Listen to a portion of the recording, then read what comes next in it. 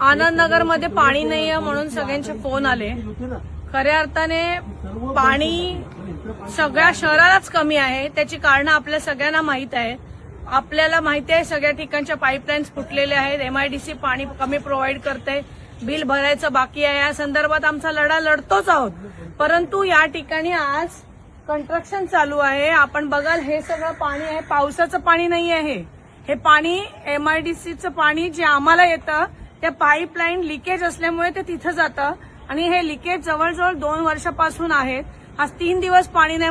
माझ्याकडे किती महिला आल्या, किती फोन आले आणि खरं तर त्यांना पाणी पुरवू शकत नाही अशी परिस्थिती असताना त्वरित हे लिकेज काढावे या संदर्भात उपाययोजना करावीच लागेल. परंतु पाणी का नाही, सगळ्यात मोठी गोम ही इथे आहे.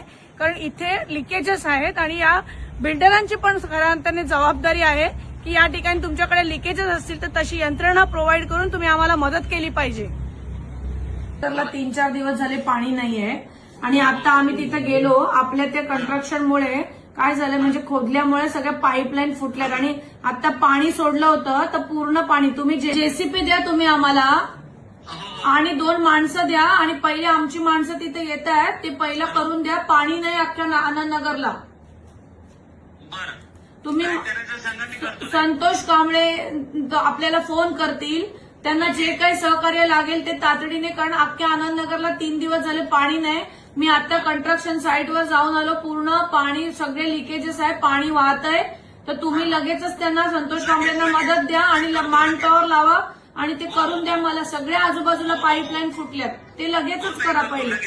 Yes yes yes.